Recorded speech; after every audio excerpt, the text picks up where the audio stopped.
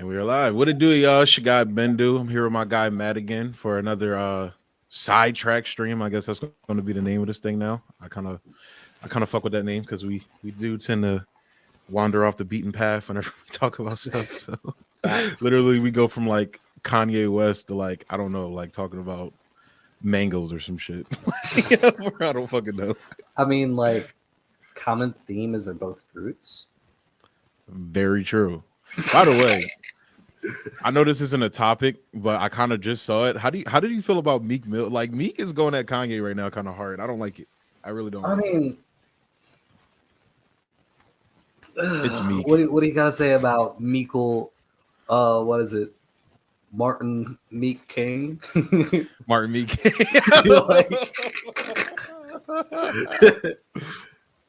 Nah, the funny part is, so I feel like he was holding this in for a while because he started bringing up like, oh, like I used to bump Kanye in jail. It made me feel good.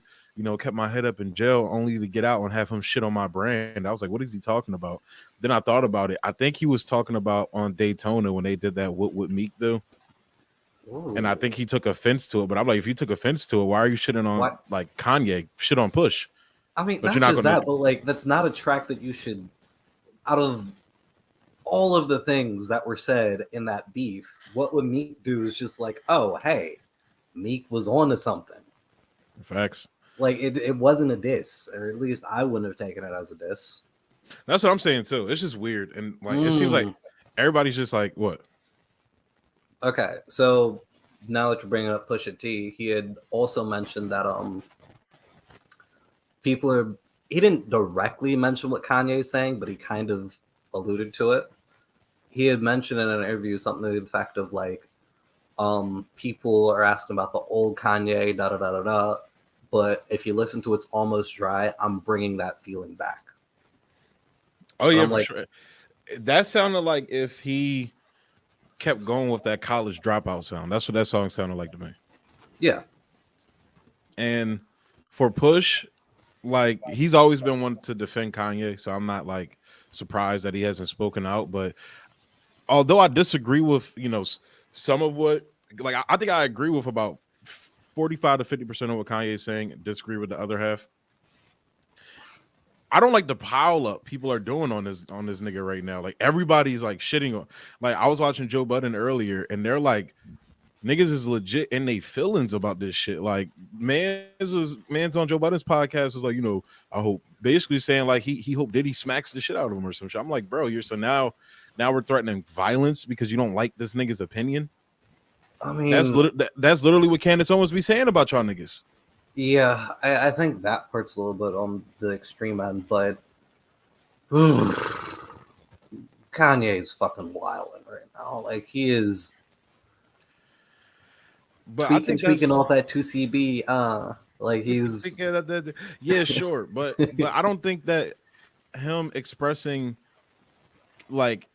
For black people, I don't think it's necessarily the conservative views. I think it's more so the white lives matter thing. There's that, and then like the blatant anti-Semitism right now. Like that's that too. That's like I ain't gonna touch it. I don't think that's anti-Semitism what he said. I really don't. Because he even finished it up. Like that's why it's the same thing like Nick Cannon. Like short, like the bull from Public Enemy he had on. Maybe he might have some anti-Semitic views, whatever. I mean, okay, as much as I do love Public Enemy, like they were of the ilk of Farrakhan. But I feel that, but they view themselves as the original Jewish people. Which is, yeah. Like what do you say to that? Like they kind of have a claim too. Like they like. There's historical evidence to back it up.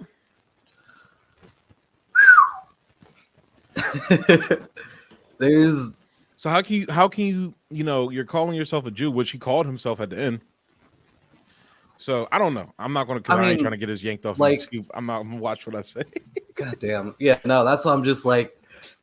Yeah, Chris H. What's up, my guy? So. I am prefacing this with like, this is not anti-Semitism.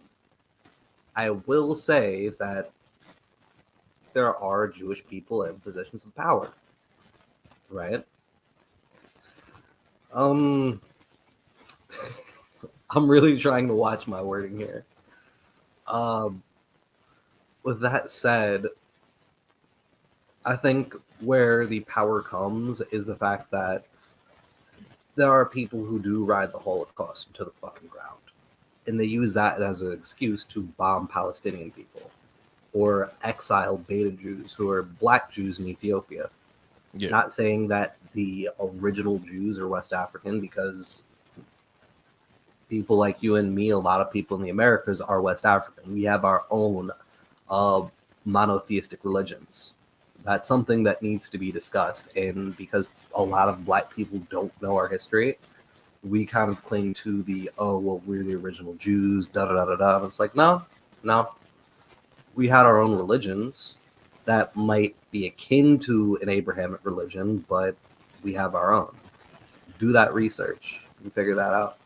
Yeah, and I've always found it weird that, like, black people have always, like, especially in America, have clung to religion, where it's like, you know, it's almost like taboo for you to be atheist and your family as a black person, or be agnostic, or be whatever. Yeah. You feel me? Like, it's very, you know, it's seen as weird, and I mean, borderline satanic. For like, me, I told you what my uncle said to me. He was down here talking to me, and I had my communist books out and everything like that, because I was reading a couple, and he saw my bookshelf with them on there too.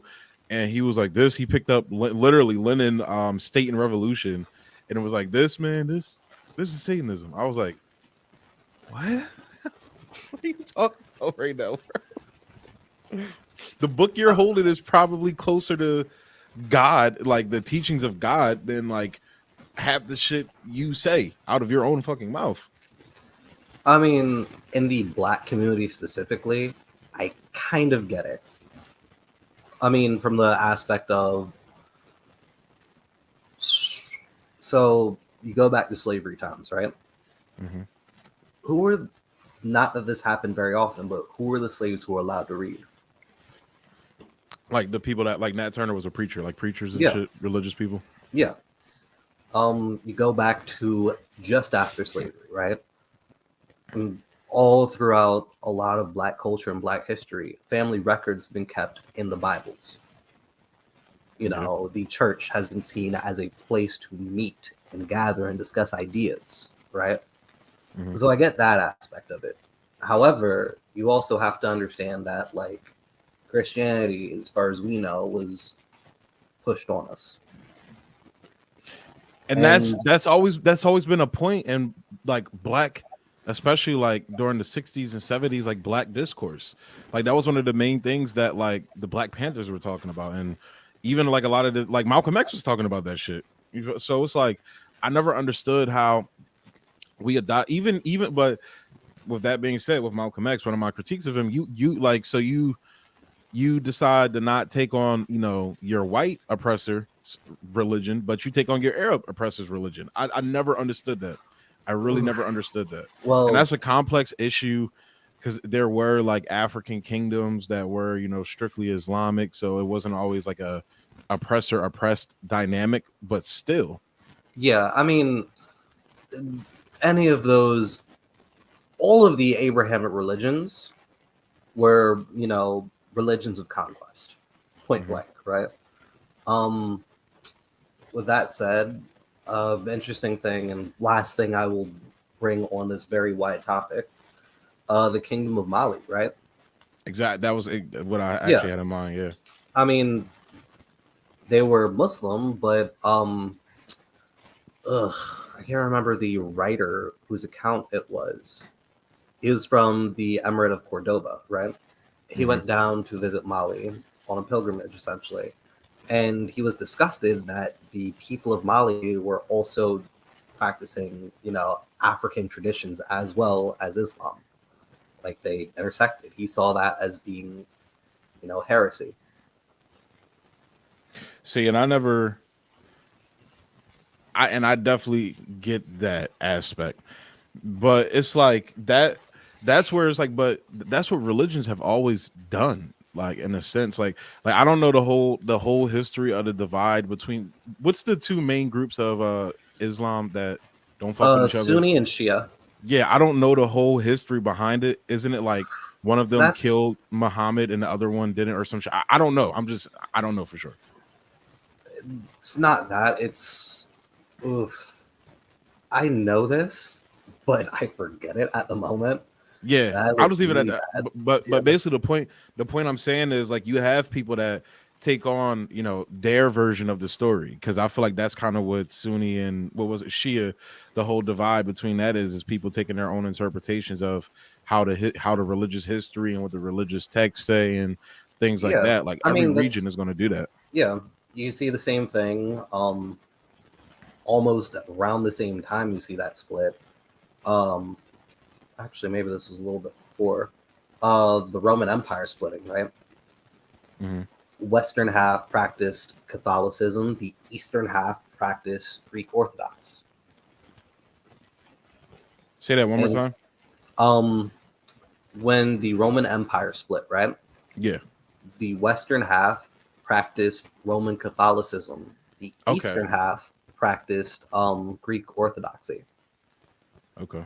And then, further down the line, you have Martin Luther and the Protestant Reformations, and it's a whole thing to where like it just kind of schisms out, and at the end of the day, everyone's vying and saying that their way to worship a god is the only way or the true way. And Okay. Chris H put it up here. Sunni and Shia schism has to do with a conflict over which faction would succeed succeed Muhammad and Muhammad God. over one was his cousin, I remember, and then the other was I'm blanking. Okay. But I just found out, like, I just found a Quran in my house. Like, I never knew. I was literally about to buy one, and like I found it. And I was like, Auntie, like, where did we get this from? She was like, oh, that was your I was like, I asked her, I was like, are you Muslim? She was like, no, stupid. And she told me my aunt Rose, who like passed away back when I was in like elementary school. She used to read everything. And she was like, that was one of the things she read. So I'm about to start reading it because I've always wanted to read the Quran and shit like that. So hey, me and you both. I have two of my own personal Qurans and a family Quran here. I've read through it, but only basically the I guess equivalent to Leviticus in the Bible would be where I got to. So yeah, I've never read the whole Bible, bro. I've never read the whole Bible. I have. It's a very dry and boring read, but it's a thing. But okay, let's get to the topics at hand because we're way off course. Facts. Sidetrack. Exactly. Hold up though. I'm sharing our stuff. Next time I'm gonna do better at that. Posting it on the socials. No, you're good.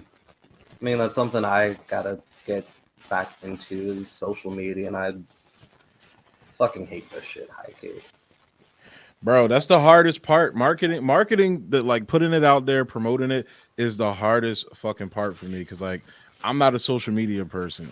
You're more of a social media nigga than I am. I'm not a social media nigga. Bro, I literally I was off TikTok for like 2 years. See, I like the video ones, so I like TikTok, but it's just that Instagram. I'm so used to Instagram that like I use Instagram as TikTok basically. But I like the video shits because like literally like I'll scroll through. It's like titties, and then I'll scroll through again. Sports shit, and then food and comics stuff. Like yeah, I mean that's the appeal of it. Yeah. But okay, what are we talking about? The topic. We talking about you already know who we talking about first. We're talking about your comrade in arms, man. Okay. Oh. Yeah, she's National you said Guard. Titties, so she's Nat Guard. I mean, Tulsi Gabbard do got some nice. Look, hey, she's National Guard, but she's Hawaii National Guard, meaning the person she reports to is the governor of Hawaii.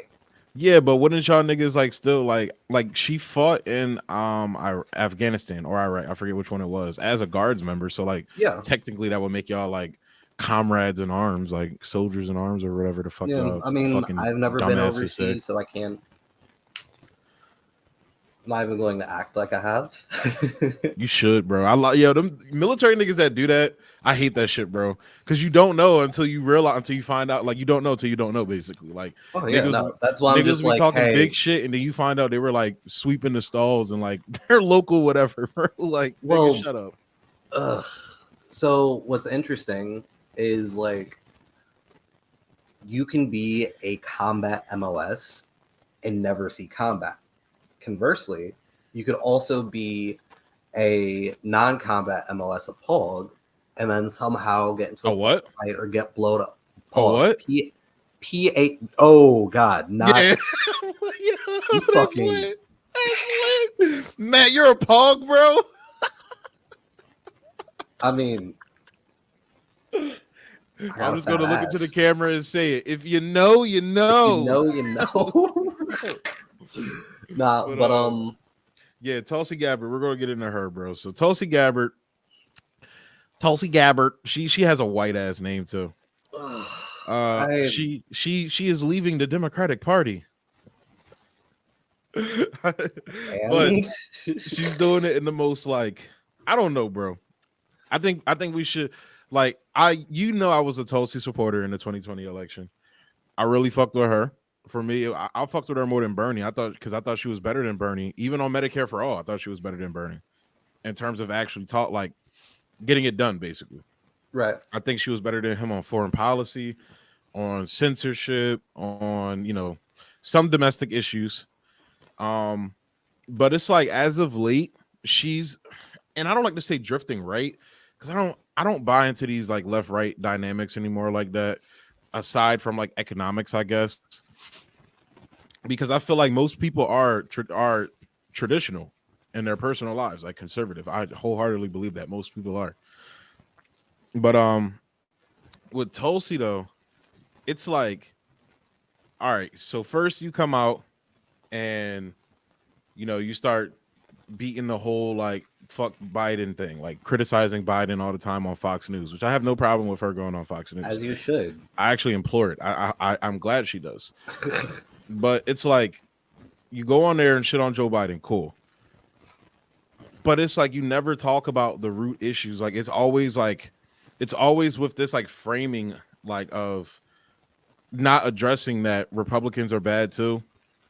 And it's like that's not the weird part for me, because I feel like you shouldn't have to say that, but like for example, you talk about Nancy Pelosi and her stock trading, but you don't talk about Dan Crenshaw ever. Like like and this nigga basically came out and said they should be able to do it. He literally said that on the podcast. So it's like you don't never got smoke for them niggas.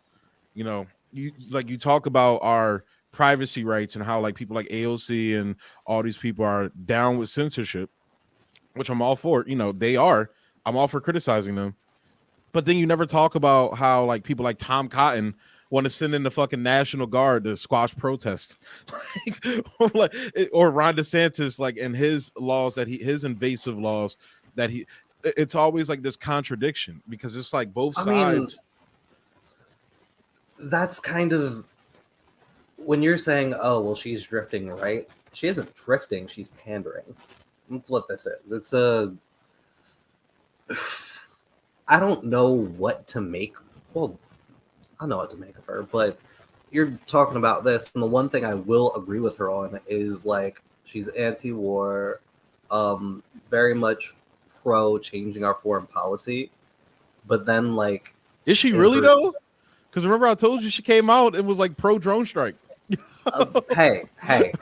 This is what she's saying, But so she claims to be anti-war, whatever, right? Yeah. And then we'll just, instead of talking about how, like, I don't know, historically speaking, Republicans have been very much pro-war. She talks about how Democrats hate the Constitution and are trying to take away your religious freedom. That's like, bitch, I hate the Constitution. What are you talking about? Like I'm not going to say that. I do, because look, clearly the things that are good in the Constitution are good. but we cannot deny the fact that the Constitution had us as legal property in it, not as human beings in it. A lot of people say, well, that was written out. We changed that. All right, cool. The Constitution has a lot of is a very flawed document, which is why I don't believe in like the Constitution, like the purist and shit.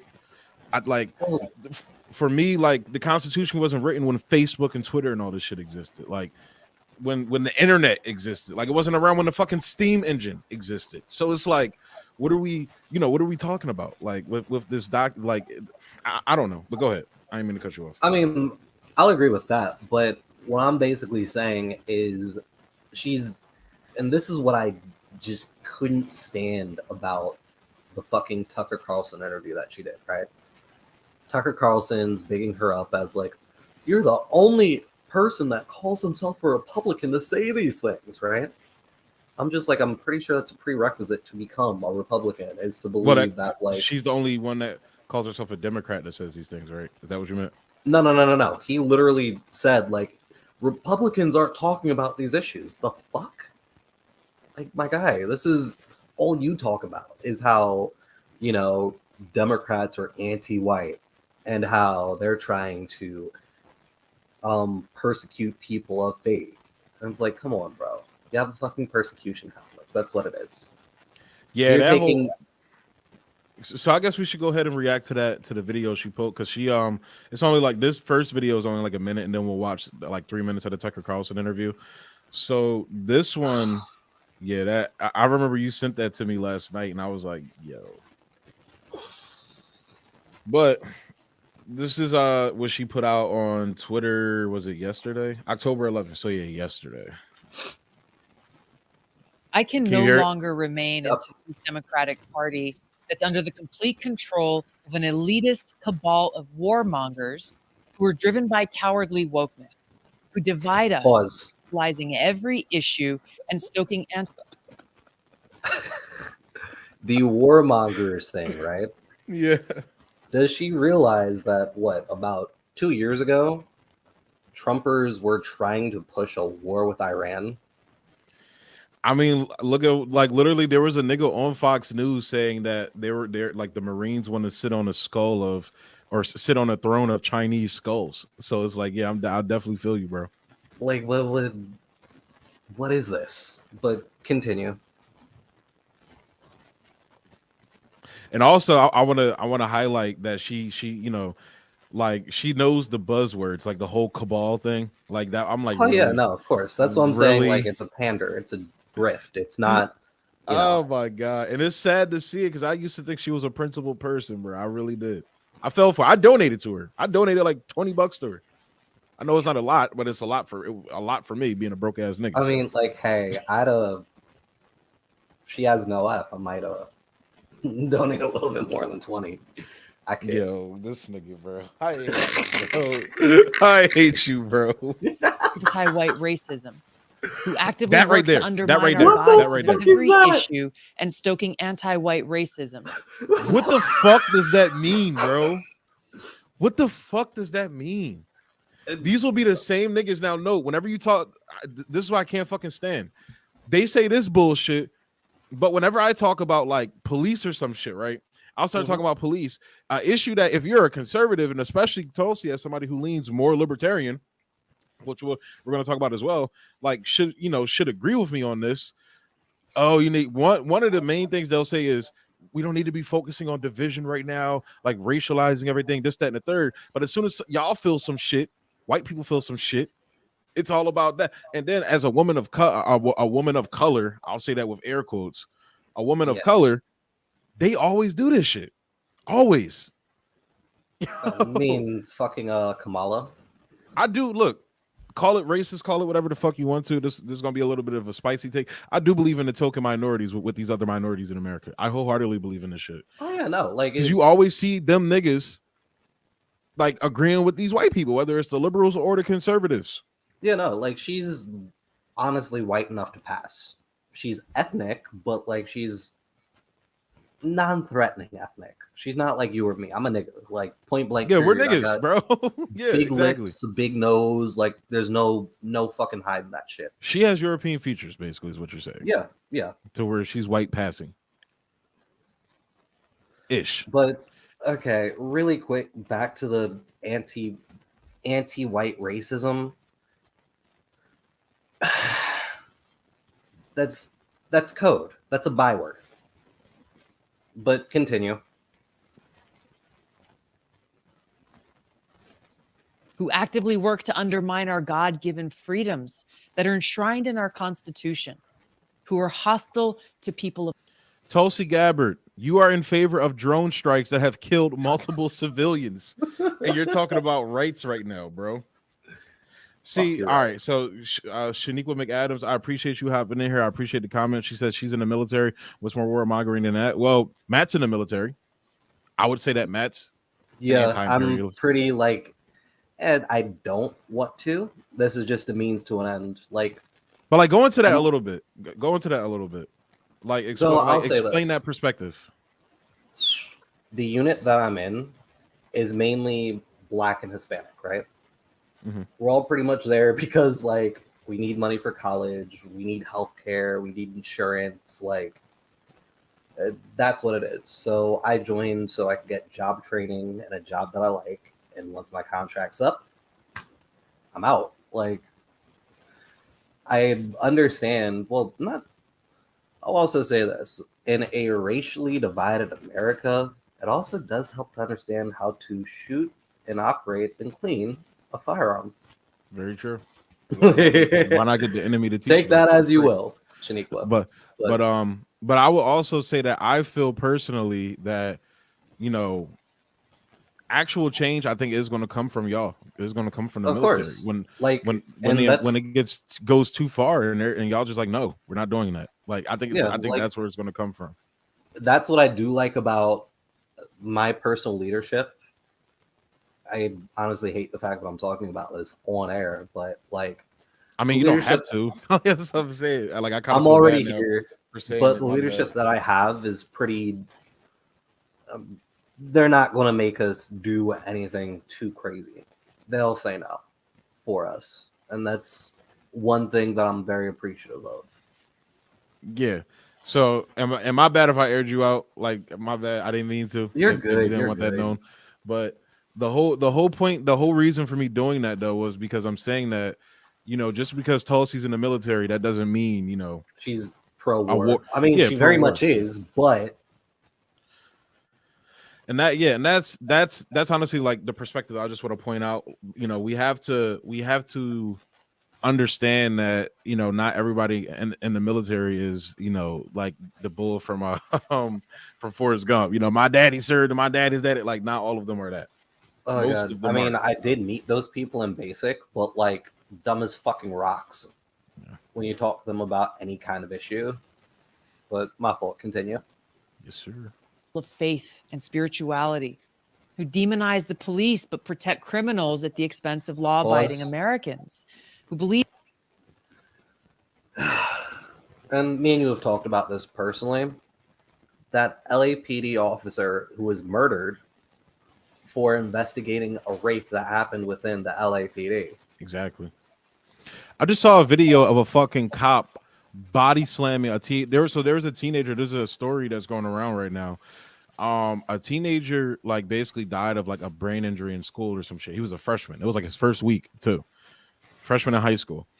And the school told him that he slipped down the steps and fell. Guess what? The footage showed that whatever happened, I think he was like wandering the hall, skipping class or whatever. A cop was chasing him down, and grabbed him, and the kid was pulling away. So the cop body slams him, and that's how he got the head injury that killed him. There was another video of a cop arresting. Like, this kid was like, I don't even know. I couldn't even say it was middle school, probably like kindergartner. Maybe middle school though, because there was a cop in the building. So arresting this kid for allegedly hitting the teacher, arresting this kid, throwing him in jail. And that's kids. That's children.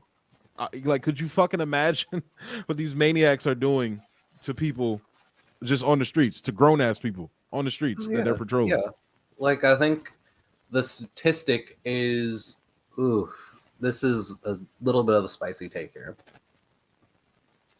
I think it's like you're 8 times more likely to be raped by a cop than an average civilian. Really? Yeah. I'm not demonizing cops. Is that for black people or just women in general? This is just women in general. Wow, I did not know that.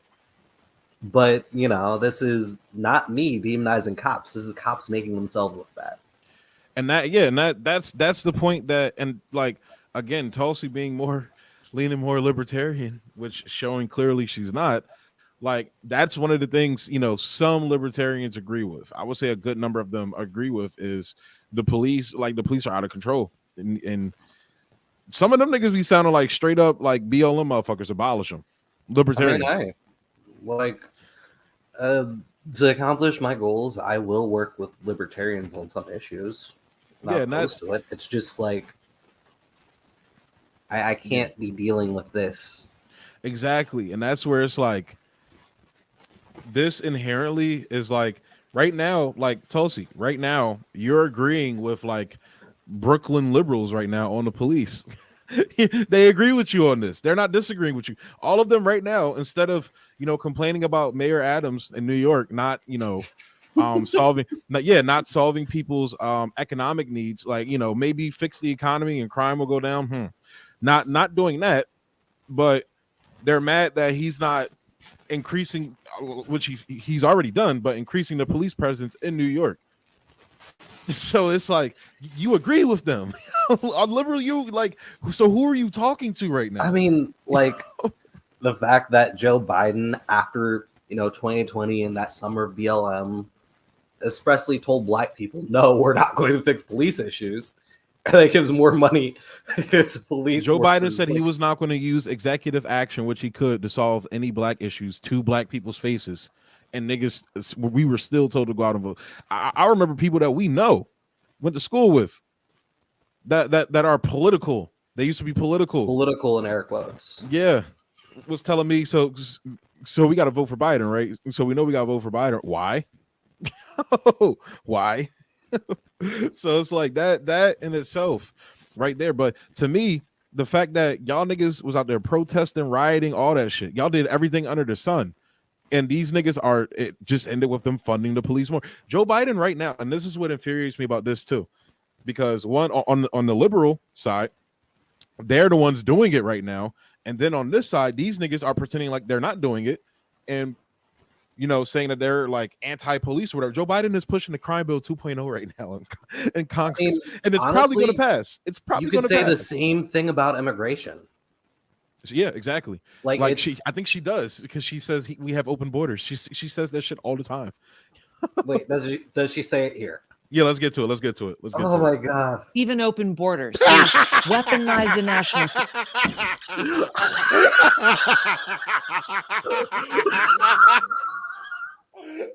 I can't.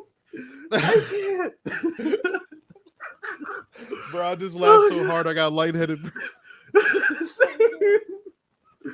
Oh God. I can't. This shit is so dumb, bro. You are so dumb. I don't even know how to unpack this, bro. Like, this nigga is literally still using the Trump era immigration policies, right? He's deported more people than Trump at this point. I think he's hitting like him and Obama's numbers for all 4 years. For all 8 years. In 2 years. What are you talking about right now? Like, the fact that Biden has fought in court to keep Title 42.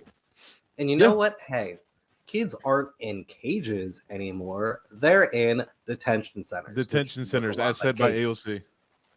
Like, it's...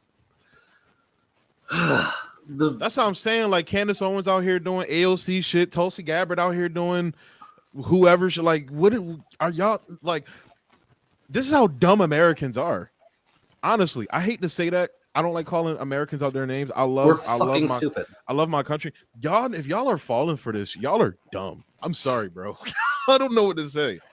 I know we're not educated the best on civics and politics and things like that, but if you're falling for this, you're dumb. By the way, she also likes to pretend like she wasn't at the World Economic Forum pushing the Klaus Schwab agenda. If you know, I know a lot about Carl Schwab, which is if you know, you know. She's a liberal. She like to pretend like it's deeper than that, though. It's deeper than that with that stuff, but that's a whole nother conversation. But regardless, like if you're like this, like again, I fell for it, but I can tell you I was dumb. I learned my lesson. I'm not going to go down the same path again. People still defend her and fall. I can't tell you how many times like I've seen people. Again, she's attractive. Yes, but it's not even just like dudes. It's like it's real people. Real people actually believe in her, and it's like you can. And basically they're saying like, well, these issues are real. Immigration, hurts people that live in these border cities, this, that, and the third. And, the police, like there's so much crime going on. And I'm willing to wager that because how many articles were we seeing about crime going down in both liberal and conservative media, especially under Trump? They used to put them out like every week. Crime's going down. And now suddenly Biden's in office and it couldn't be the economic issue, which would make people turn to crime as a viable means to get by. But yeah, and I just remember seeing those articles.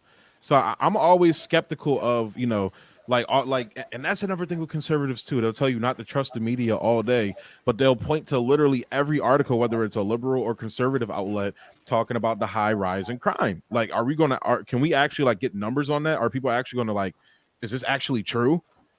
So now all of a sudden we're just going to believe the media at face value because we get to point at a bunch of fucking poor people and call them evil and criminals and shit. So this is a slightly different conversation, but I don't know how much of it I believe per se, just from the simple fact of I'm a millennial. I'm pretty sure you're technically either Gen Z or very late millennial. I'm literally on the cusp. I've heard I'm considered Gen Z technically. And I wouldn't mind calling myself a Zoomer. That they got the best names ever, bro. They're Zoomers. But it's 9/11 happened when I was 7 years old. Yeah. Pretty much my whole life, the world has been ending. The sky's been falling. This is the worst it's ever been. This is the worst it's always going to be. And it's yeah, I feel like my cousin, he's 10 years older than me. I feel like he lived in that sweet spot where it was the fall of the Soviet Union, and as the neoliberal world declared the end of time and everything like that. And it was kind of there was crazy shit going on, but for the most part, stable-ish. And then, of course, when 9/11 happened, you had the, Iraq and Afghanistan war, then the economic crashes, and now we're rolling into COVID and all this crazy shit, all this craziness going on. So it's I understand, the perspective of seeing these things, but it's you have to still think rationally about it. It's bro. So, and this is the question I ask myself all the time. I ask myself this all the time. The police's funding are at an all-time high, right?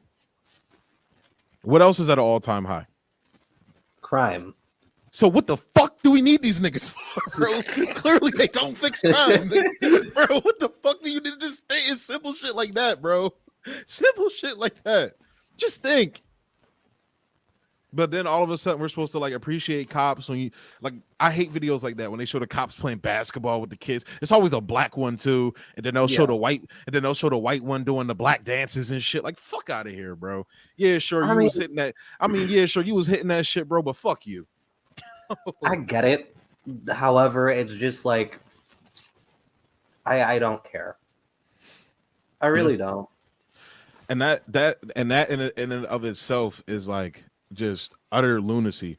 Shaniqua, I will actually show you a tweet from Cynthia McKinney. She was actually can you elaborate on Tulsi connection with economic forum? Ooh, interesting. Yeah. Muy interesante. Once we get through this video, I'm gonna pull it up. All right. Security state to go after their political opponents, and above all, that's actually the point I agree with her on. Clearly, that FBI hit on Trump. Clearly, it's clear as day that the Biden administration is using the FBI to go after Trump. It's as clear as day. And That's probably the only thing I agree with her on. But my issue is, and this is going to open up the old argument again. Like, y'all are just now knowing that the FBI is a rabid dog in the hands of whoever wants to use them. Like, y'all are just now realizing that. Y'all were okay. Y'all were okay with them when they were going after socialists and communists and black people. And like a report just came out. The FBI was like spying on Aretha Franklin. All she asked for was respect. Yeah. And she gets her phone tapped. Like, what? Exactly, man. And it's utter lunacy. But and look, I'm all for MAGA, coming around to that. I was on scene. Hold up. Corey Bush was on CNN, asked about FBI and totally messed up the answer to the question. I don't know. I didn't see that, Chris. I'm gonna have to look into that later. But Corey Bush, shout out to her new book. She's cashing in now. She just wrote a book. No, so real quick, to piggyback on what you're saying, and going back to this Tulsi video, anti-white racism, right? Yeah. I can say as a black person that one of the issues within the black community has been like, I don't know, the assassination of black leaders. i.e. Fred Hampton was killed in his fucking bedroom by the hands of the FBI. Me saying this, I'm pushing some woke CRT, blah, blah, blah, blah, blah, blah, blah, blah, blah, but the moment your golden goose gets his house... even Mumia Abdul-Jabbar, who's sitting in a fucking prison right now. What's that was Philly PD, but... Yeah. The mood people. Yeah. Is that what they were called? Move bombing. But where I'm going with this is, what's the Native American guy? Clinton was going to pardon him, but the FBI threatened him. He was accused of killing an FBI agent. I forgot what his name was. He was accused of killing an FBI agent, but the evidence doesn't add up. I forget what it's called, what his name was, but yeah. But go ahead. But basically, just bringing up all these instances where it's like, But go ahead, continue. Basically, what I'm saying is like, I'm for the MAGA crowd coming around to, hey, maybe the FBI is corrupt, but at the same token, it's like you're not going to do anything about it. Leonard Pelter, he just pulled. Chris just said it. Leonard Pelter. Got you. Yeah. But let's wrap up this video. Finally, hopefully, we won't stop it no more. We're dragging us ever closer to nuclear war. Now, I believe in a government that's of the people, by the people, and for the people. Unfortunately, today's Democratic Party does not. Instead, it stands for a government that is of, by, and for the powerful elite. Now, I'm calling on my fellow common sense, independent-minded Democrats to join me in leaving the Democratic Party. If you can no longer stomach the direction that the so-called woke Democratic Party ideologues are taking our country, and I invite you to join me. So it's not because the Democratic Party is bought off by fucking corporations. It's not because the Democratic Party is basically inching us closer, like she said, but inching us closer to nuclear. It's because of the woke ideologues. I'm sorry, I'm about to go eat rat poison right now. Like it's shit like this, man. And let me pull up for Shaniqua. Let me pull up that Cynthia. And by the way, this Cynthia McKinney is somebody who was labeled anti-Semitic because of her by the Israel lobby because of her stance on fighting them. We should. I mean, like the whole thing that a foreign country based on religious ideology has a very big lobbying group within the U.S. is weird. Yeah, that's another thing too. Like I was watching. Yeah, I'm doing research. I'm doing research on for this Candace Owens video. Well, I'm basically just like watching the video and going back through all my notes that I have about China. But we talk like Candace Owens was talking about how China owns Hollywood and shit like that.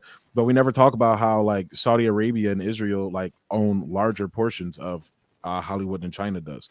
We never talk about that though, because it's not spicy enough. It's not sexy, and those are our, allegedly our allies. Allies.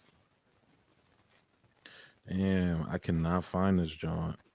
What's also really funny is like, I saw a picture of Trump and this just jogged my memory.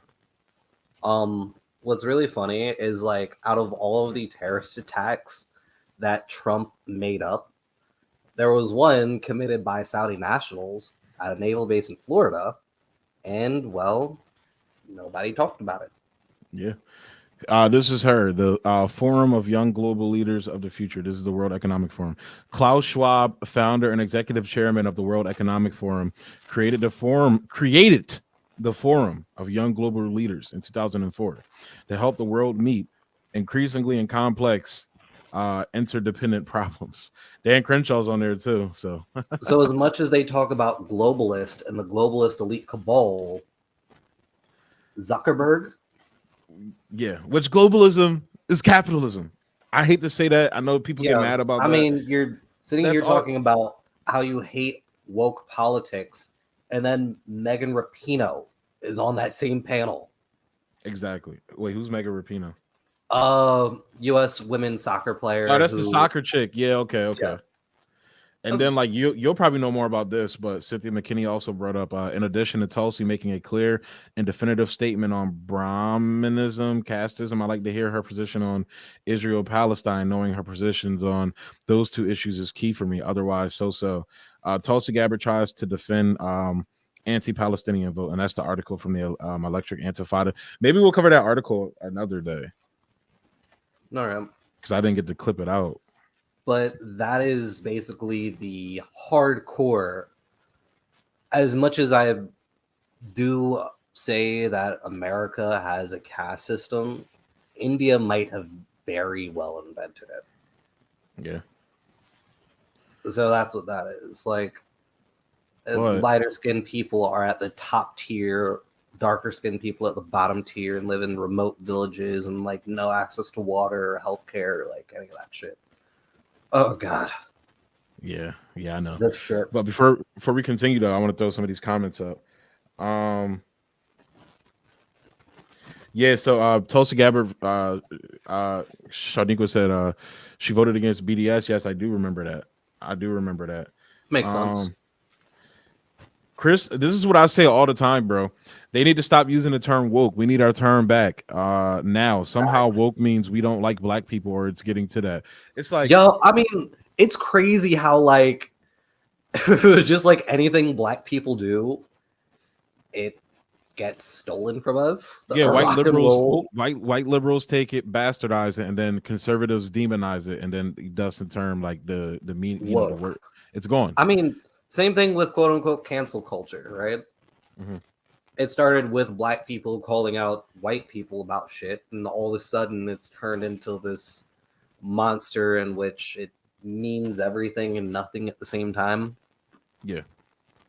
So, but it is gonna be like pulling teeth from Matt. But let's go ahead and watch this video and get into the shits, get into the ideological trenches, as I like to say. How do you feel? I mean, you've been in this party a long time. You were its future. You left. I mean, this has got to be kind of a fraught moment for you. And, Tucker, as you know, I've always been an independent-minded person, a Democrat, yes, but an independent Democrat. And my loyalties are very clear. I love our country, and I took an oath both as a service member, as a soldier, as well as a member of Congress to support and defend the Constitution. And that's an oath that I take extremely seriously. And so when you look at this party, today's Democratic Party, it's controlled by fanatical. This is just random. That is the Soldier's Creed, but I am 99% sure she couldn't recite it if needed. She probably could. Look, that's one thing I do believe her on is her patriotism. That's one thing I really do believe her on. Shaniqua was like, no, and the throw up emoji. I know. I mean, fair, but also I'm just making fun of Tucker Carlson's face and body language. Like he's just, this is not a threat. However, if me and him were to ever get in a boxing ring together, I would very happily beat the ever-loving shit out of him. See, man, why you gotta be so violent towards Tucker, man? And see, when you say shit like that, it makes you want to defend this guy. Like Tucker Carlson's totally, since Matt hates him, Tucker, I'll totally smoke weed with Tucker, bro. Tucker, let's go chill in the back and smoke some weed, bro. Talk about life. I mean, he's also someone who, even though this is off topic, but even though Biden did the literal least amount of effort with this federal ban and shit, or federal pardon, he's someone who's against that because it's Biden. So I wonder if he's necessarily against, because I felt like this is why I don't get why Trump didn't legalize it and now Biden. Like I feel like most, like the numbers I've seen is like up in the 60%, almost damn near to 70. Like most of the country, like once it legalized, most of the country does.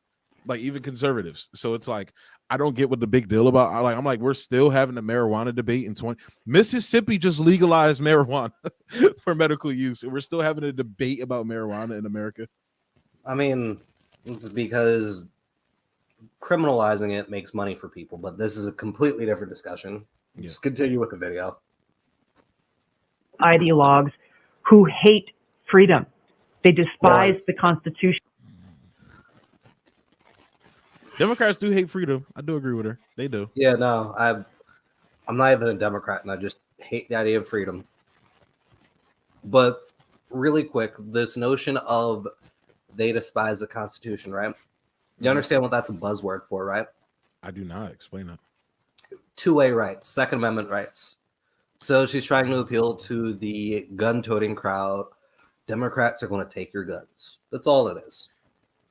And I don't know if I can agree with that because I don't know what Tulsi's complete stances are on guns. So I mean, I don't either, but that's one of the buzzwords there. They hate your freedoms. They're trying to do away with your constitutional rights. They hate. She's literally using the same language that was used in Saudi Iraq war. I hope y'all know that too, right? I hope y'all know that. Oh yeah, too. But which is crazy. To continue on, what makes this grift more just infuriating is she's using this language as a way to just make sure the problem keeps on going, you know? Yeah, like, you know, I think she'll talk about it here, but in the last video when she was talking about like crime and everything, I was just I'm reading up on the Alabama prison strikes, and they literally starved the guy to death in there, like damn near to death. Like it looked like the Holocaust, and it's like, I you know that could be something we talk about on another stream, but I'm going to be covering that soon on the channel. It's like when you see shit like that, and you see the outrage, you know, Republicans have towards, you know, criminals and especially like nonviolent offenders and things like that. Like most people in jail are nonviolent offenders. Of course. So it's like when I see shit like that, it just like shut the fuck up. That's the best thing I can say. Like, you know, obviously I couldn't imagine my, you know, family member being a victim of crime. I'm not saying I'm pro crime. I'm saying I'm pro fixing the economic issues that lead to crime. And nobody's talking about that, including Tulsi. And this kind of makes her, you know, her rhetoric on that now makes her critique of Kamala Harris invalid because you agree with her. Bro, you agree with her. I mean, like, this is the thing about Republicans and Democrats. They talk this big game, but end up agreeing on 85, 90% of policy. Yeah. So let's go ahead and keep rocking through this joint.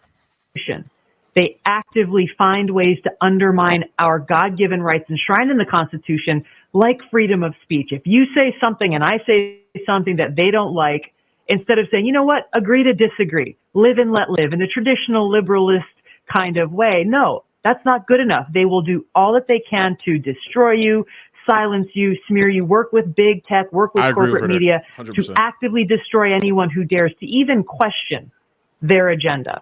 They are against freedom of religion. They are hostile towards people of faith, people who have their own spiritual practice, especially. That's also another buzzword, right? So something that I found really interesting Do you remember VeggieTales? Yes, Remember how it was a pro-Christian show? it was. Yeah. I don't see. I mean, I didn't watch it that often as a kid, but I didn't. Damn. so just a little bit of personal background. I grew up in not a very religious household, but a Christian household where we didn't necessarily celebrate Halloween. I didn't read Harry Oh Potter. wow, you was in that house? Damn. Yeah. So like, See, I wasn't allowed to watch like Harry Potter and shit, but my mom still let me do Halloween.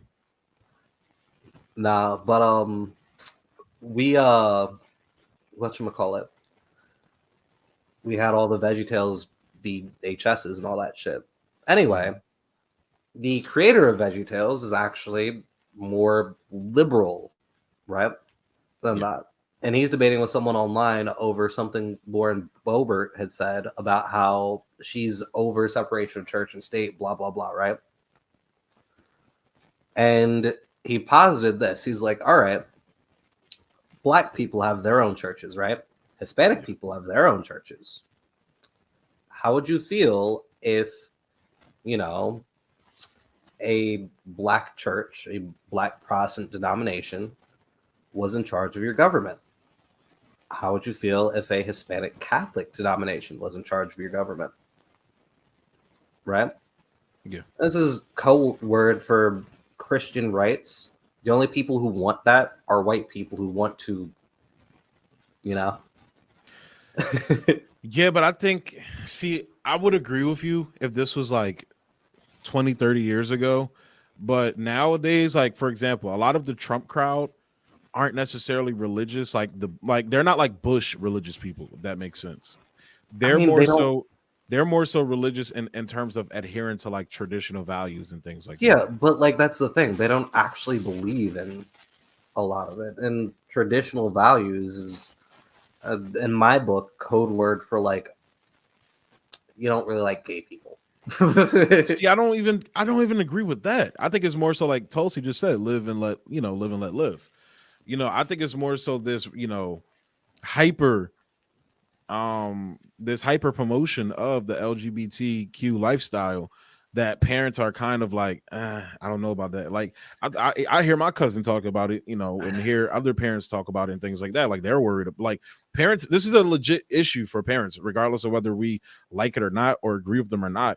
This is a legit feeling that these parents have, regardless of whether they're a conservative Trump supporter or somebody like, my childhood neighbor who's a liberal Christian. Like this is a thing that parents do have worries and issues about. But the point that I think is important that you kind of touched on there was the separation of church and state. Like I think there needs to be separation of church and state. Yeah, because all right, if we're gonna do if you want to get rid of that, all right, cool. That should include mosques for sure. That should include every religion. That should include the Church of Satan. That like if we're not just gonna, we're not gonna be a fucking theocracy where we, just prefer your fucking religion. So that's where it's like, shit gets sticky. That's why I think we should have this separation of church and state and everything like that. So, well, that going back to the whole gay thing, right? Yeah. I'll say this much. Tulsi has been pretty antagonistic of gay people, historically speaking. Has she really though? People. She has. In 2004, she tried to introduce a bill in Hawaii which would make homosexuality illegal, I think. I could be a little bit hyperbolic on that, but I remember it was 2004. What else is there? Something. The argument that you're making about that is akin to Michelle Bachmann in 2013 saying that because the theme music of The Lion King was written by Elton John, it's a gay agenda. See, I don't know if I agree with that concept, that framing you just made of her though, because like literally just 2 years ago, she got like a A+ rating from like that one of the major like LGBTQ sites for her advocacy for, you know, gay, lesbian rights and all that and all that shit. I think that label has been a grift. You said what? It was a grift. I don't necessarily see. I don't, and this is where I do kind of. I think that because she does lean more in that libertarian camp a little bit, like that libertarian ideology. You know, I don't necessarily. I think she's basically like, you know, let people do what they want to do. You know, let them have their freedoms, regardless of whether she agrees with it or not. And I think that label's been put back on her because of her stance on the trans issue, which I'm another person. I don't talk about it because I don't think it's something important to talk about right now, but especially her sports bill, I agree with her. You can hate me if you want to. I agree with her on that. That's a discussion for another day entirely, but yeah, we should do it on another stream. But I'll say this much. She just strikes me as someone who says whatever is the most popular at that time, you know? A few years ago, she also started to drift very heavily into the anti-abortion crowd. And, like, that's where I stopped fucking with her because, like, you're talking about live and let live, individual freedom, blah, blah, blah. But, like, when a sperm inseminates an egg, that's when conception happens. Fuck out of here. Like, that's not... One, that's not a valid fucking talking point. Two, it's not a valid issue. It's just bullshit and pandering. Maybe, but again, I think we should talk about these issues on separate podcasts because, you know, I have my opinions on them. So yeah, I'm not going to state them because I think we'll start arguing, and we should leave that for entertainment for another stream because I think we're already at like an hour. But especially Christians finding ways to be vindictive, to discriminate, to punish people who happen to exercise that freedom of religion. The list goes on, but the foundation of freedom is really what was at the heart of my making this decision, that I cannot be a member of a party that is against freedom and actively trying to undermine it. Well, it was inspiring to hear that, but also disappointing. I mean, I feel like printing out your words and asking every Republican candidate who comes on this show to read them. And if you can't read them, I'm not voting for you. Right? I mean, why is it so hard to say out loud? First of all, the people who are always talking about racism are committing it. Why is that so hard for people to acknowledge? It's so obvious. It speaks to the whole environment of fear that those in power, these elitists in power, have fomented, to where people are afraid to speak the truth. They're afraid to exercise their right to free speech because, hey, you might lose your job, you might be canceled, you might be trashed, and God forbid in Washington, you might not be invited to the cool kids parties. You might not be as popular. And this is really what it comes down to, is rather than taking a stand for peace, for prosperity, security, and freedom of the American people, we have too many people in Washington who are warmongers, subservient to the military-industrial complex, and continuing to put their own selfish interests or the interests of their donors first, with no mind for the cost and consequence that their decisions have on the American people. This is exactly what we're seeing right now with President Biden and leaders in Congress whose decisions. By the way, Tulsi Gabbard supported Joe Biden. She endorsed him. Are actively pushing us to the brink of a nuclear holocaust. She kind of, she's a grifter. Cost of which they may have their bunkers where they'll be safe, but we, the American people, will have no shelter, no place to go, no place to hide, and face the consequences that could destroy all of humanity and the world as we know it. You were the first person I heard say that back in February when this all started. I believe why I ran for president. Doing the thing. It turns out. You said what? He's doing the thing. You're the first person that I heard said that. No, people have been saying this since 2014 when we got involved. But yes, people have been saying that, but I think the issue is that now we're at a point where even progressives are screaming we need to fund Ukraine more. And clearly, you know, we're inching closer. As we've seen, President Putin does not bluff. I don't interpret the words he said so far as threatening nuclear war. I think it's actually the flip side of that. When you have people like Liz Truss, you know, saying she's not afraid to press the button. Yeah, that's scary. Yeah, and like that, and when Putin reacts to that, he's the instigator. But regardless, basically the point I'm making is that nigga don't bluff. He's not a bluffer. So this is the freedom of speech, the free speech stuff, the censorship stuff. Obviously, leaving the Democratic Party, what the Democratic Party is, all that. I agree with her on everything. My issues is with, if you're talking about freedom, the police are not beacons of freedom. I'm sorry, they're not. And for you to keep saying that we have open board, like she's literally misinforming people on here. Oh, that's the point. We do not have open borders. But regardless, and like, cool, yeah, you want to avoid a nuclear holocaust. Democrats are warmongers, so are Republicans. Like, I think maybe Tucker did talk about this. I don't know necessarily, but in I think it was 2019 when Jamal Khashoggi died. I believe so, yeah. Yeah, okay. So I shouldn't say died. He was hacksawed to death, murdered. Wait, no, it may have been earlier, because remember, it was like in the middle of his shit. It was like 2018, I think.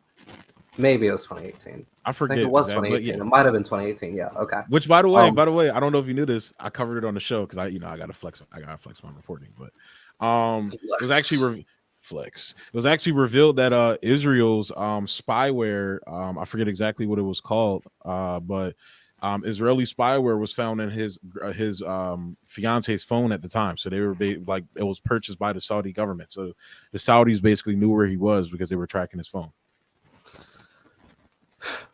I mean, using Israeli spyware. I mean, like, this is a different topic entirely, but Israel and Saudi Arabia have gotten over, the we don't like Jews, we don't like Arabs thing. Like, that's why I'm like, normalization. Like Jordan Peterson runs around talking about, you got to think about all the Pegasus spyware. Chris brought it up. The Pegasus spyware. That's what it was called. Okay.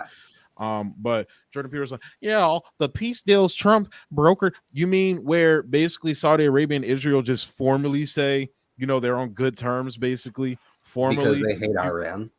Yeah, you mean where Israel gets everything and the Palestinians get nothing. Yeah, good peace deals, bro. Yeah, his peace deals were so good they literally bulldozed Palestinian homes so they can build the Trump Heights. I'm pretty sure that was a fair deal, Jordan Peterson. I mean, it's a fair deal for Trump because, he likes his name on things. Yeah, and he's pro-Israel. I mean, look at Jared Kushner. That's why I like what Kanye's saying right now. Like, I would like to hear his opinions on Trump because it sounds like he doesn't fuck with Trump. That's what it sounds like. I mean, honestly, I don't want to hear. But regardless, but to wrap up the Tulsi thing. Like, I get that you're saying she's a grifter, and I partially agree with you. But I think it's more complex than that. I think she's grifting on the police stuff and the libertarian stuff. But I see, and that's where it's complex issues. Because I as a Tulsi, person, I've always acknowledged that she was a more conservative person. She was more conservative than like an AOC or like a Bernie Sanders or anything like that. But again, I'll say it again. I wholeheartedly think that she got this like anti-LGBTQ label on her because of her stance on the trans issue and her trans bill that she put forward. Wait, what's going on? Oh, nothing. Continue. Oh, I thought you were telling me to hold up. But yeah. So what was I saying? Yeah, but because I was specifically remember. She got like during the president, because it was not made a big deal by her, but by people within that community, that she got a fairly a good grade with the LGBTQ plus community, and it was such a big issue. It was a big deal because of her past, and she's talked about her past, how a lot of those views she held and everything like that was forced on her by her family and father and shit. But regardless, okay, this has nothing to do with, we're talking freedom, right? Yeah. Article posted April 4th, 2022. Tulsi Gabbard says, "Don't say gay law should have gone further in Florida." We'll talk about that another time because we're going to have opposing views on that. Me and Evan from High Media actually have had some debates about that. So I follow High Media. I fuck with them. Yeah, me and him have had debates about the don't, like, literally there's nothing in that bill that says don't say gay. Literally, It's like, don't say gay, but I guess I'm there's going to get nothing into in there that this. says The way they conflate it is like, and we've had these discussions in private before, but in middle school and high school libraries, there shouldn't be anything that has sex, references sex, anything, right? Which you can, I guess, that's your prerogative. You can do it, but I would argue middle school, high school. I disagree. I would argue middle school. But they're making it so like it's just out of schools completely. And the way they're arguing it and positing it is like, what's the famous? There's like a fucking Hank Green book or some shit, in which it's was found in a library, right? Yeah. Say that, but they're positing it as like there's probably like 2 or 3 sentences that refer to a blowjob, right? Yeah. Within the book, and they're like, see, our kids shouldn't be learning about this in schools. And it's like, okay, so this is in a high school library where kids are probably getting blowjobs. Like, it's not being taught in the school. It's just there if they want to read it. See, but that's where I think, but that's where I think that obviously, I'm not a fan of Ron DeSantis legislating, obviously, but what I'm saying is that I think it should be like middle school and lower is what I'm saying, which I'm pretty sure that bill was only specifically talking about like kindergarteners and shit like that. So. Nobody's teaching that in kindergarten though. That's the thing. Yeah, but I there were instances, especially in Florida, of that happening, and that's why the bill was brought up in the first place. We're getting way off topic. I'm like, I mean, nigga, I told you the one that said let's get into it. So that's what I'm saying. We can save it for another stream if you want to. Yeah, because we're gonna be arguing about that. We're running over an hour already. Shit. I mean, look, I ain't got nothing but time. I'm probably gonna dip out in a second. Stop being a bitch. I mean, look, I kind of want to hit the gym later on. I know you are an addict. I know, sir. I know. I love it. Let's talk about this nigga Alex Jones. What is there to talk about with Alex Jones? While I think his the way he did the Sandy Hook families was vile. I would argue evil. I think this is a way to get him out the picture, honestly, to get him out the lane. Like they already did it with the censorship stuff. Now they're like trying to completely just bankrupt him to where he probably can't even run his website no more. I mean, that's honestly, clearly what's happening. Honestly, I think it makes sense. Did you watch the Channel 5 interview with him? I did not.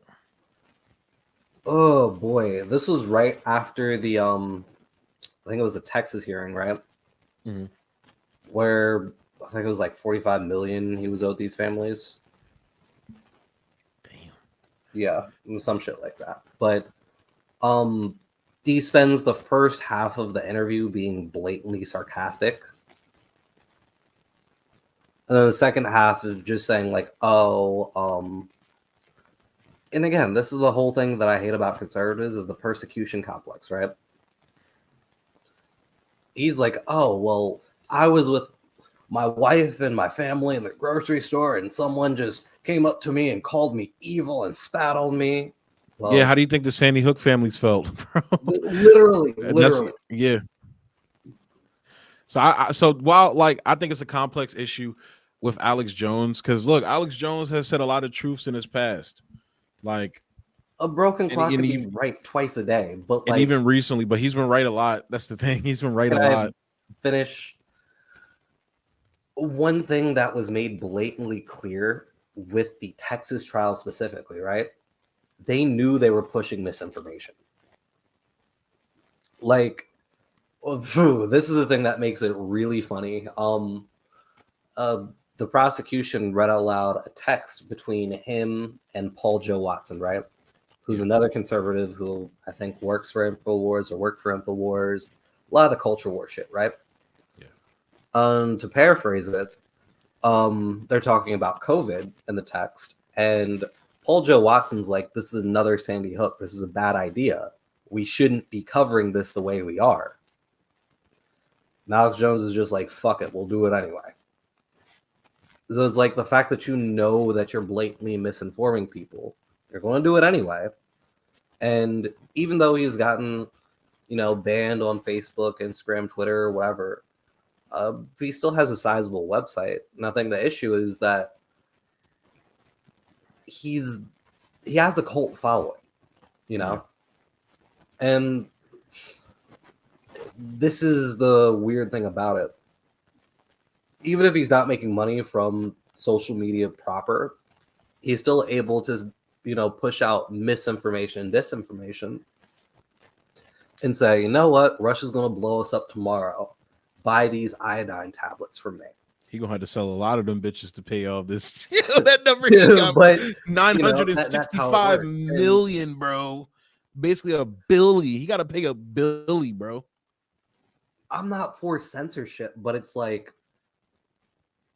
one of the fathers of the Sandy Hook kid committed suicide because he was constantly being harassed about his dead fucking kid. As a parent, your main objective is to protect your child, right? Yeah, you have these. The fact that you didn't probably stings quite a bit, right? Yeah. And then the fact that you're constantly being harassed about it, and you can't even properly protect their memory, and graves are being desecrated. Like you said, what Alex Jones did was blatantly evil, and I don't think the $1 billion is going to fix any of it. I don't know if I agree with it, but it's like, what are you going to do?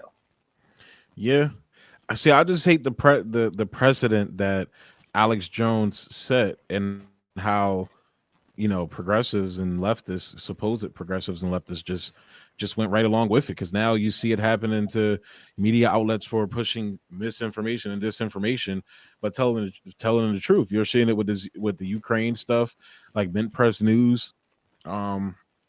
Got taken down for a while for pushing Russian disinformation. Even though I'm not the biggest fan of the guy anymore, and he's kind of fucking annoying. Jackson Hinkle got kicked off of PayPal, Venmo, Cash App for his coverage of the Ukraine conflict, and everything. And this goes back to Russiagate as well. There were a lot of people who, had their livelihoods and reputations destroyed for speaking out. So that's where I'm like, I hear what you're saying, and I agree with you for the most part. But it's like it's seeing how this specific situation, and this is why I wanted to talk about it, because I think he was the way they excused it. Like, oh look, Alex, this, that, and the third. So they try to make everybody like everyone out to be Alex Jones, right? Which exactly. I mean, I get, and again, I'm not necessarily the biggest fan of censorship, right? However, it's like when you know you're lying and you intend to do it more, what other option is there? What are the options? Because like this is no longer the marketplace of good ideas. And this is what I hate about social media and the world we live in right now. You can find information on anything that backs up what you want to believe. Maybe.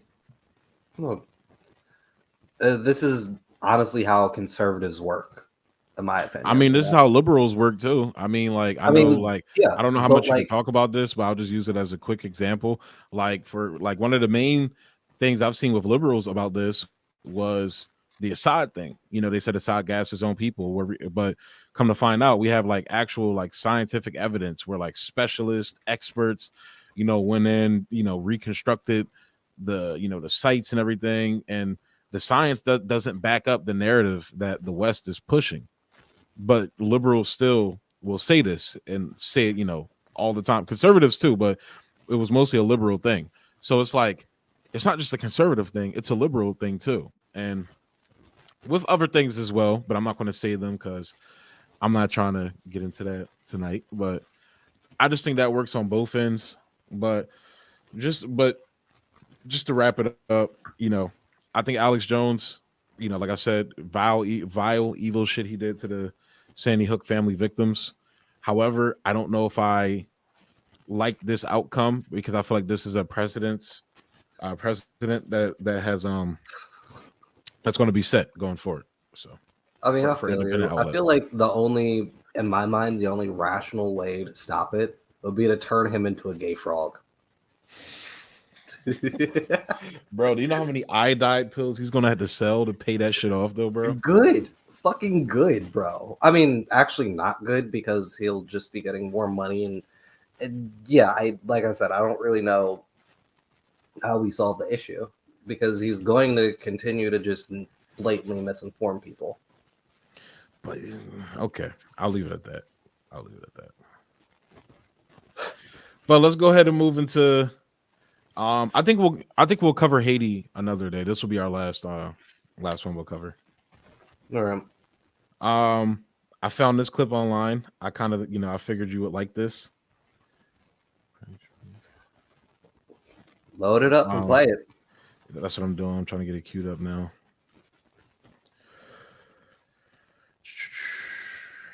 Present, share screen. Here we go. So this is from October 2nd, but yeah, this is Fox. I think it's Fox Business. Yeah, Fox Business. Oh God. Can you hear it? Yeah. Growing segment. Of course, it's Fox. Really quick. There is a growing. Pause it real quick. Yeah.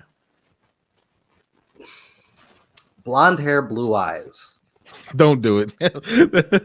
I'm just throwing it out there. I mean, fucking Martha McCallum, Lauren Ingram has brown eyes. Tommy Lauren. There's a yeah, but then they got but then they got Jean Pirro. Like they do have a diversity over there. Diverse. Even like somebody that I fuck with, like Garland Nixon used to work there as well. The muscle. Continue. Yep. There is a growing segment of the American population that is embracing socialism. I mean, it's almost hard to believe that they see this as a viable alternative to capitalism. All right. Right off the bat there. What country is the United States currently trying I'm not fucking with right now? Even more so than Russia. Which one? Venezuela? Iran? China. Wow. China has had an exponentially large economic rise while also lifting millions of people out of abject poverty. While not perfect, it's not like they're, uplifting people in the mansions and shit, but they're creating better lives for their citizens there. I don't know how you can say that with a straight face while you're currently worried about being surpassed by like the largest socialist country in the world. I mean, that's kind of what I was going to say about China is like, we owe them how much money? And we're, we have more debt with Japan though. What? We actually have the number one holder of debt of American debt is Japan. I did not know that. Well, actually, no. The number one holder of American debt are American banks and shit like that. Then, I mean, when it comes to countries, Japan, and then China, and I think I want to say Germany after that. I will have to go back and look at the list though. Interesting. Yeah, but I know that because that's one of the I've done plenty of videos debunking the narratives about China. I was going back through my old so I do the podcast on the channel. It's called Tox Talk. That was like what I called the podcast originally with me and you. I renamed it to that. But I had been on a while ago where we talked about China and Africa. I forgot I had been on here. I forgot about that. Yeah, I think I watched that. That was like what, a year ago? Maybe 2 at this point. Jesus Christ. My fault. Continue. a means to prosperity, the new American dream. So I had to dig in and do a little research on what people are saying about this, and Pew Research polls on this constantly. Their latest survey revealed that 60% of registered Democrats today and Democratic leaders have a positive view on socialism. That's nearly 2/3 of the party. You should keep that in mind, because that's where their thinking is. All while enjoying the benefits of capitalism. They're sitting in their cushy chair. Two things I'll hit on, right? One, very blatantly, the Democratic Party has made it very blatant, very clear, and very obvious. They want nothing to do with socialism, right? Exactly. That's kind of number one. Number two, this is the same fucking argument that I love hearing from people. Oh, well, you're against capitalism and exploitative labor? Well, you're using a phone made by child labor. It's like, you got to start somewhere. You fucking have to. So she's talking about, oh, well, these people are working in their cushy office jobs. And just shut the fuck up. Just shut the fuck up. And I'm trying to find this video, because after the 2020 election, on Fox News, they were doing exit polls, right? And they were, hang on. Here it is. I did a video about it. This is like old as shit. I'm gonna leave this video real quick.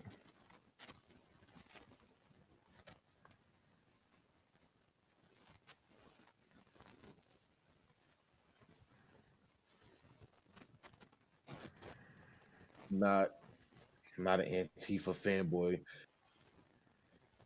I'm gonna try and skim through it as fast as I can. 16% said not to. Can you hear it, by the way? Yeah. It doesn't necessarily even matter if you First one, you guys know, All right. So literally, Fox News voter analysis. This is like a Fox News like exit poll. Changing to a government-run healthcare plan. 39%. This is Fox News voters, by the way. This is Fox News voters. 39% strongly favor. 33% somewhat favor. 14% somewhat oppose, and 15% strongly oppose. So if I'm not mistaken, 71% of your voters are in favor of, exactly. There was or something like that. 16% said not to. I mean, look, that's a race issue, but how serious is a problem is racism in U.S. society? 49%, so very. 29% somewhat. 16% not to, 7% not at all. Not to.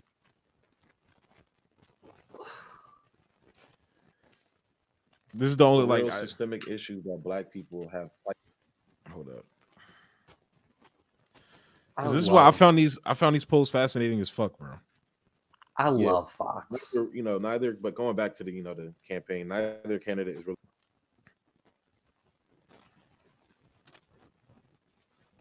In the same populist sentiment, so was Donald. This is back when I was just doing my voice, bro. God damn. Fox News voters. Supreme Court action on Roe v. Wade. Leave as is. 71%. 29% overturn it. Wow, that's crazy. It's almost as if, going back to the Tulsi thing, the majority of U.S. American voting citizens didn't have their voices and opinions listened to. That's crazy. It's fucking crazy, dog. Yeah, but and also taking into account, like, we've gone through 3 economic crises at this point. Like, at least I know in my age, we have. So it's like, how the fuck can you sit there and talk about like the benefit? What benefits you mean for the banks, for oil companies, for the MIC? What do you mean right now? For rich people, yeah, sure, but it's like that concept as well, that you brought up as well. Oh, you have an iPhone, so you're pro. Like, nigga, how like the whole point that people talk about and I talk about is monopoly forces. Capitalism is supposed to produce, options and choices, the freedom of choice, and that's supposed to be the beauty of it. But it doesn't because we have monopoly forces in here. Like literally, like they force you to get a new iPhone every fucking year because they changed the updates on the phone and shit to basically force you to get a new one. They literally build this shit to fall apart. And that's a whole, that's a conversation about, that as well. But, looking at, they talk about slave labor and things like that. Like, look at the American, like the prison. What the fuck do you think the prison system is? So that on its face to me is just crazy. And Shaniqua brought up a great point. What American dream? And it's dead. Yeah. Langston Hughes brought up, raising the sun. What is a dream deferred? Yeah. But continuing.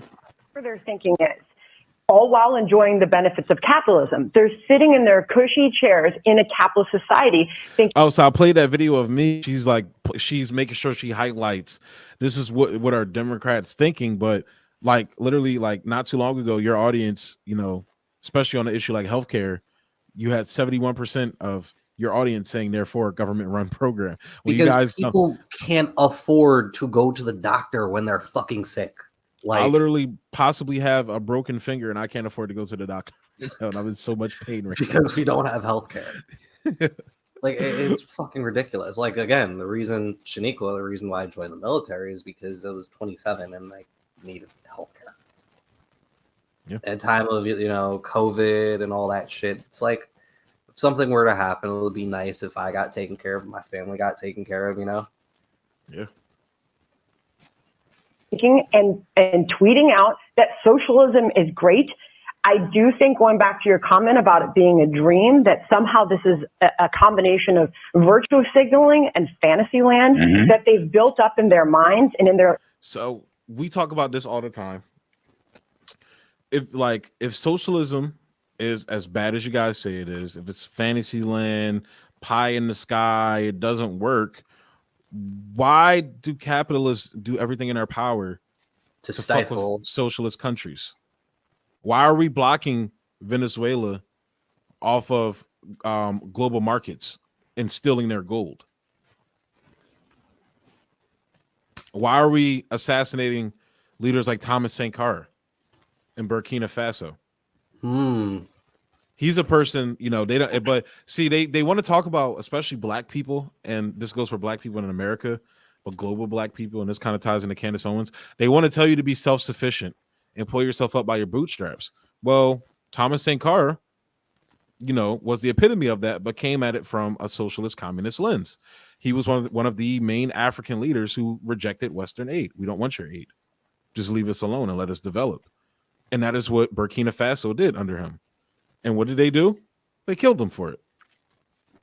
So my question has always been, whether it's Cuba, whether Castro and all of them down there, Nicaragua, whatever fucking country it is, why are we always fucking with these countries if it's so pie in the sky and it doesn't work? It's almost as if that's not the case. This is just a little bit of a random aside here. Did you peep that video that I sent you earlier? I did not. Ooh, okay. So I get to inform you about something. So this is a little bit of a history anecdote here, but in the 1970s, right? There was a small town in Virginia. Their bridge goes out, right? Kids couldn't go to school. Both the West Virginia state government and the federal government denied them the monetary funds to build a new bridge, right? Frantic, people of this small town write the USSR. The USSR decides to foot the bill, right? Then, and only then... Oh, I remember you said that, yeah. I remember you said that. Decides to build a $1.5 million bridge. And it's just like, this is why capitalism doesn't work. Because, like, you have to be forced to actually do something for your constituents. You know? I'm glad that you brought that up, Matt. I'm so glad that you brought that up because I think you're gonna enjoy this. I think you're really gonna enjoy this. Oh god.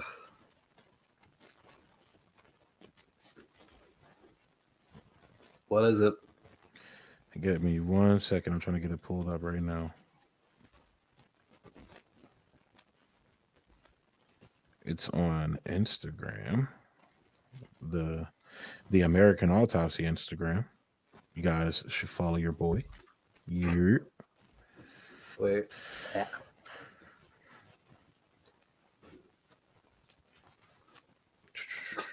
I'm definitely ADHD. Why do you say that? I don't know if you can see, but like I'm just sitting here throwing up hearts and shit because like I'm bored. Yeah, I can't. You're a bitch. Just throwing up gang studs. Me. Hang on 1 second.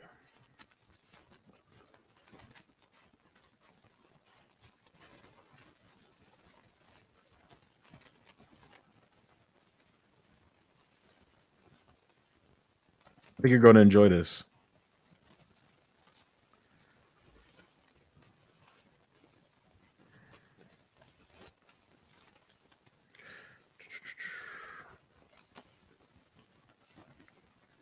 So speaking of Venezuela, I always love going back to this video. Along with Mahmoud Ahmadinejad, Hugo Chavez is a leader Washington likes to paint as an enemy of America. But there are thousands in the U.S. who have a lot of warm feelings for the flamboyant Venezuelan leader. Marina Portnaya explains. Do you hear it? Winter morning in the South Bronx, New York City. Outdoors, the temperature is near freezing. Indoors, 27-year-old Alice Maniotis is bundled up, brewing a pot of coffee and raising the heat just enough to take the chill out of the air. The retired grandmother of 7 lives alone on a fixed income. And each winter, as federal programs continue to be slashed, the struggle to afford warm comfort gets harder. I go around screaming and ranting and raving. I mean, all they do is raise. And I mean, it's the same dollar you're getting, so how far can you push it? 100 gallons of oil, 150 gallons of oil is about, right now, about close to $600. However, Venezuela has been stepping in to make Alice's life a bit easier by delivering 100 gallons of free heating oil each winter.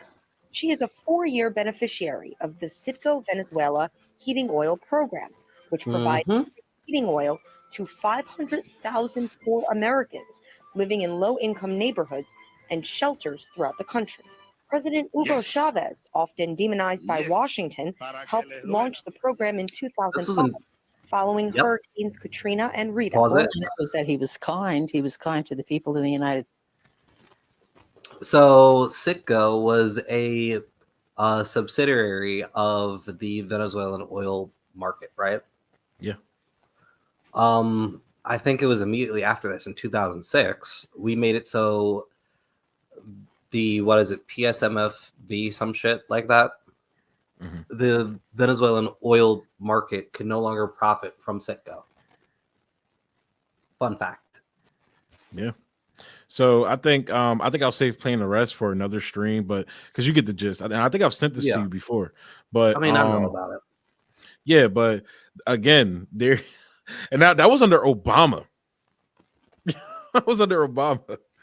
So I've always found it very weird, you know, how Fox News can say these things while, you know, we have poor people in the country who have to get oil from Venezuela. But wrapping up the video because I am getting hungry. I did not eat dinner. You and me both.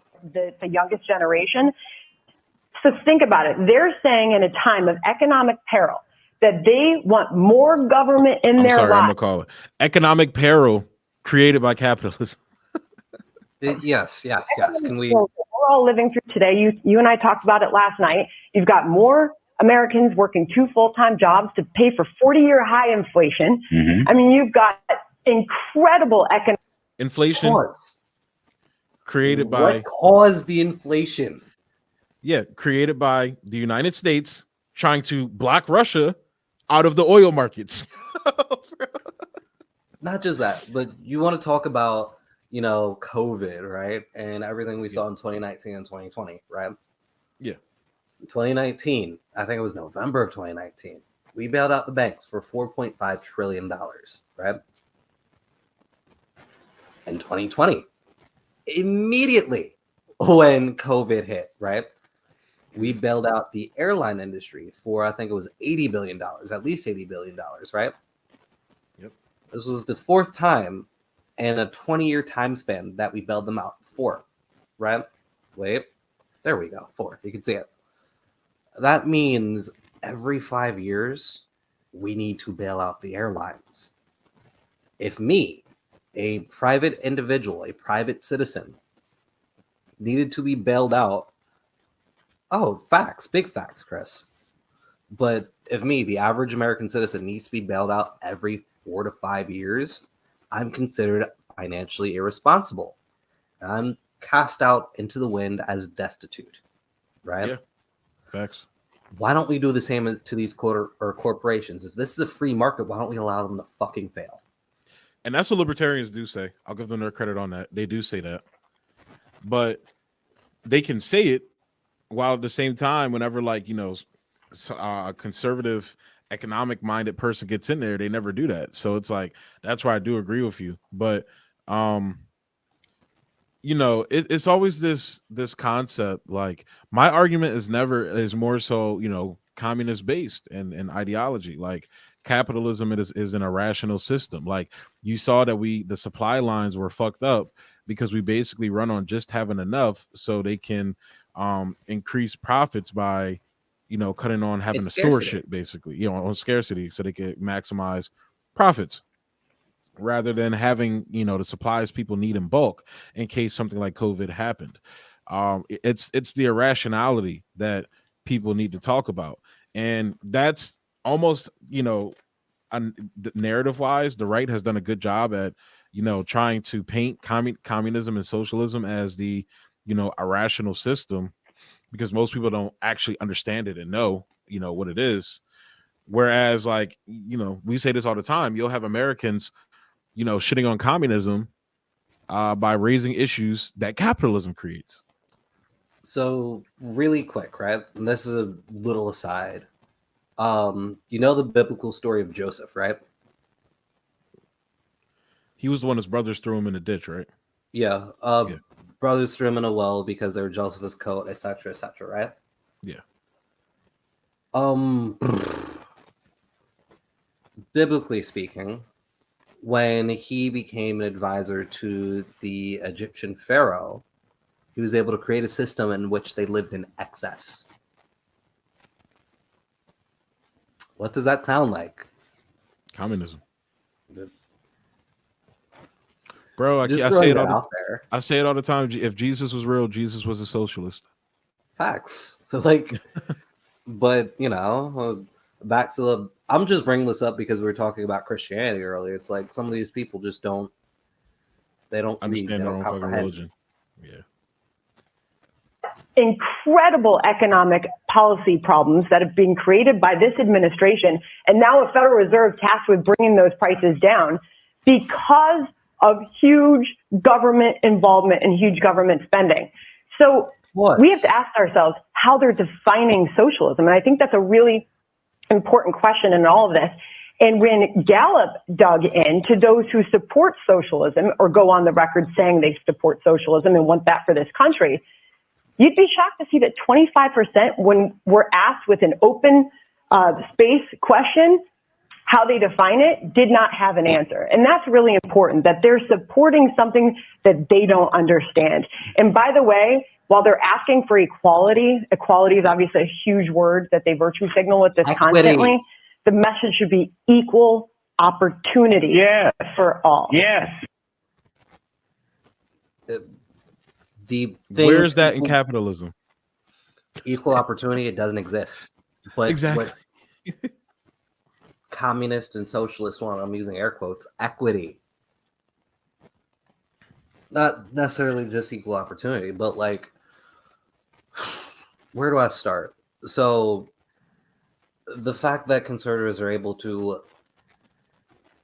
frame something like quiet quitting in the way that they are, right?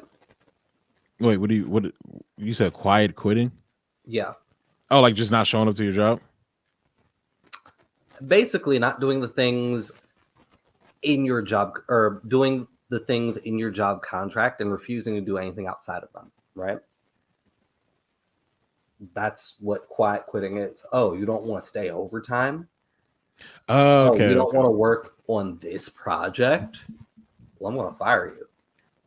And it's like, no, because like when me and you sat down and you agreed that you would hire me onto your, company or whatever, we agreed that my job consists of X, Y, and Z, and my salary is this, and I'm only responsible for X, Y, and Z.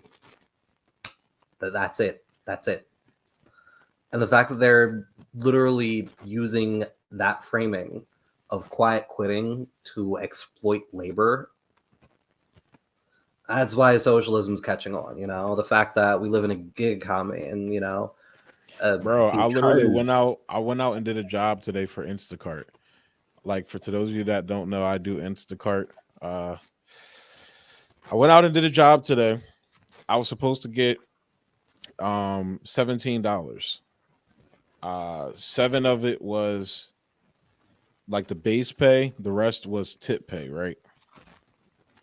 The customer, the lady, didn't like the fact that I made 2 changes. And I didn't consult her about it. Now, note, whenever you're in Instacart and you make a change to it, it pops up on their phone before I even check out. Right. And the 2 items were like one of the first things I picked. So she had about a span of 20 to 30 minutes for her to say, hey, I don't want that. The message and say, hey, I don't want that. Can you get something else or refund it? Blah, blah, blah. I'm literally, I checked out. I already checked her stuff out and bought it. She texted me and say, I didn't approve of your changes. It's nothing I could do at that point. I already checked the stuff out, whatever. I take her stuff, drop it off, get home, wait for the order to process. I only got $7 for that order.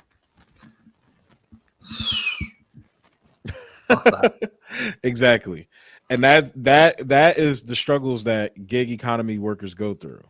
And I think that, yeah, and that's basically where everything's moving to. Like you have like apps like Winolo, Job Stack, where basically like they try to sell you on about saying, oh, you make your hours, you pick the days you want to work, blah blah blah, but you don't get health insurance, you don't get the opportunity to build a stable-ish career for yourself. Like it's not the same job security that the previous generations had. So it's like I definitely feel you on that, bro. It's like and then jobs I've had, like I got injured on my last job. As you know, my job, they didn't give a fuck about it at all. And a lot of these jobs are just, they're bullshit, man. Unless you're going into like what you're doing with tech, but put yourself in debt for college, to go learn these things to get a good job, or learn. And look, people say learn a trade. I never disagree with that. People like always yell that whenever you're talking about like student loan debts, like, oh, people should just go learn trades.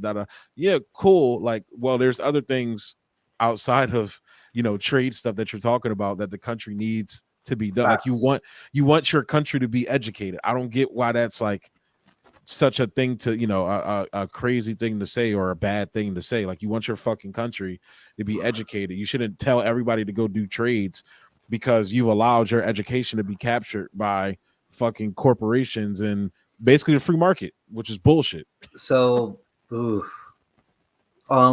few things I do want to touch on, right?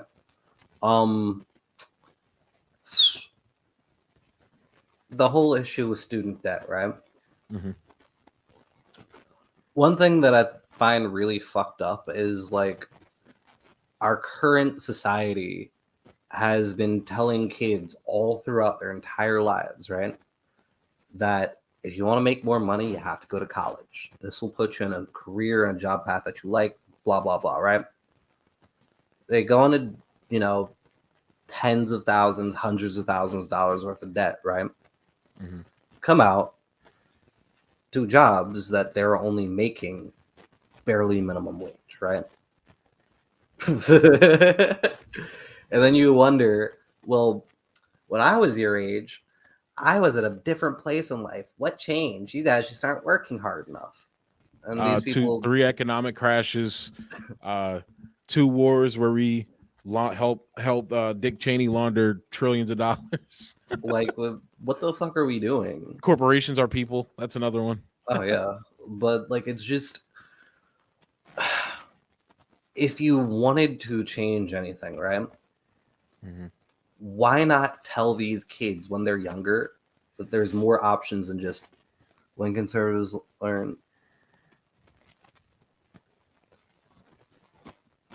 This is true. Yeah. This is just me reading that comment. But what was I going to say? If you wanted to change the system, you would start telling these kids that while they're younger, there's more options to make money than just going to college. You know, you'd go after colleges for being extremely predatory with how they make their money, right? Mm-hmm. There's a lot of ways you could change the system. They won't even take the opportunity to nail Joe Biden on him basically crafting the debt crisis that we're in right now on every level, whether it's college, credit card debt. Like Joe Biden, Mitch McConnell, all those old school fuckers were the people that crafted this debt. David Sirota actually did a good piece about it. I have a video on my Instagram about that as well. Go check it out. You know, not a big fan of David Sirota anymore. He's definitely PMC, but he does good work and has done great work in the past. So look past the person for the information. Regardless, though. But yeah, you can't talk about that because, well, yeah. And when I say this, I remember I specifically said this to a friend of ours, his father. And when I brought that up, he was like, wow, like he didn't know that. And I'm like, yeah, because the conservative, you know, talking heads that are supposed to be educating you about this aren't going to educate it because they agree with Joe Biden on that front. They agree with him, or they're like, yeah, it's fucked up, but rugged individualism, work through it. Even though the game's rigged, work through it though. Yeah, no, like the whole system that life is a game and you should play to win. No, life is what? Yeah, what? I'm not, and that's, but then that goes against their morality that they preach about. They try to like moralize the people. That's one of the things too. They say the left, which the left does, especially the progressive left and the liberal left nowadays with the woke stuff. But conservatives have always been moralizing like fuckers, man. Moralize, like trying to tell people like how to live, you know, morally and things like that. You know, virtue signaling basically. While at the same time, like your economic beliefs contradict that. Your whole, like, on one hand, you know, you believe like I said, Jesus was a socialist, but your whole economic beliefs, ideologies basically fuck the poor. I mean, what did Jesus say? Cast your bread upon the water 7 different ways and see which way it returns back to you, right? Yeah. That's been used quite a bit by prosperity gospel. Which, I mean, it makes sense when you're talking about investing, personal investing. I don't necessarily agree with some of that shit, but it is what it is. But it's just kind of like they cherry pick is what it is. You know? Mm-hmm. But where I'll leave it is this whole reason why people are leaning towards socialism is because neoliberalism doesn't work. This is the same issue that Kinsey economics ran into in the 70s, you know? And the Kinsey model failed. So neoliberalism just kicked the can that further, 40, 50 years down the road? Yeah, I think we should react to. Yeah, I think we should react to some of Richard Wolf's videos. There's this YouTube channel called Chris Hedges Fan Club. He like puts up clips of like Chris Hedges, Richard Wolf, you know, different people and shit like that. So I definitely think, because I think he's he's good on economics. He actually went on Lex Friedman's show. You know, that guy that goes on Rogan all the time. Yeah. He went on his show and they had like a whole conversation about like socialism and communism and things like that. So it's a very interesting show. But yeah, so I think you wrapped it up perfectly there, man. So we're closing in on 2 hours. So I guess we could Jesus go ahead. fucking Christ. Facts. I think it was a good stream though.